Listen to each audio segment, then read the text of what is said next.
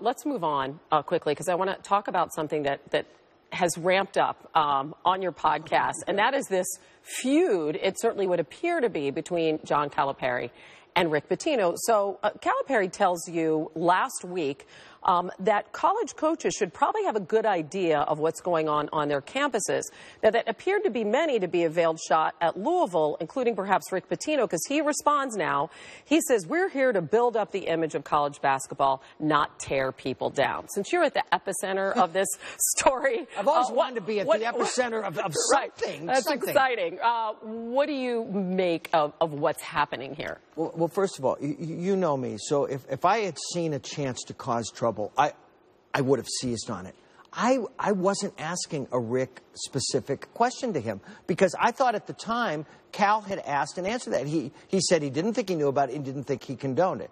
I was asking a question in this time of when Boeheim's program has gotten into trouble. We had the African American Studies course at Syracuse. My friend Larry Brown got into trouble with the NCAA. I was asking a generic question about what coaches should and shouldn't know, and he gave an answer. And I honestly believe that he didn't think he was taking a shot at Rick Pitino. In North Carolina, they thought it was about Roy Williams. In Syracuse, they thought it was about Boeheim. So on that level, I guess it was a good question. Would he be in a position to take a shot at other coaches, given his history?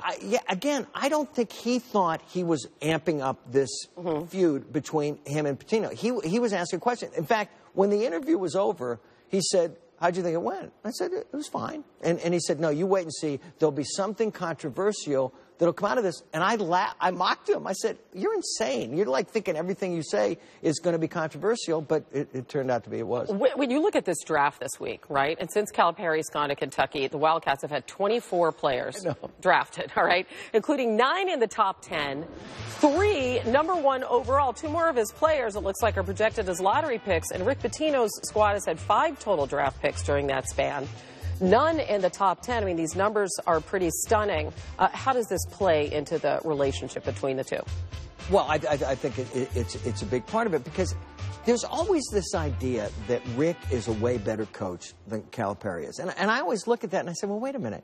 Every year he takes like 5 or 7 great high school kids, like the best player in their state, and he makes them play unselfish team basketball. So he's got to be doing something right. But just because he's had all these #1 draft choices doesn't mean that that is a blueprint for automatic national championships in college basketball. Okay, so you didn't have anything to do with this feud. Let's just set the record straight right now. I'm Switzerland. I'm a facilitator. You're just a messenger. All right. Mike Lupica, it's great to have you on SportsCenter. Will you come back, please? I will. On Face to Face. I will. It's great to see you. Thank you, my friend.